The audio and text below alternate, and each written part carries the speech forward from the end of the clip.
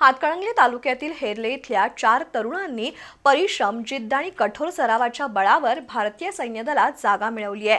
भरती झालेल्या या जवानांचा भाजपा शाखेच्या वतीनं गावात सत्कार करण्यात आला।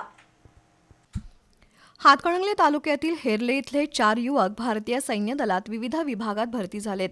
त्यामध्ये समर्थ संजय इनामदार, शाहिद नजीर जमादार, प्रथमेश शंकर सूर्यवंशी, ऋषिकेश रमेश सुतार या 4 जवानांनी अतिशय खडतर परिस्थितीमध्ये पहिल्याच प्रयत्नात भारतीय सैन्य दलात भरती होण्यात यश मिळवलंय।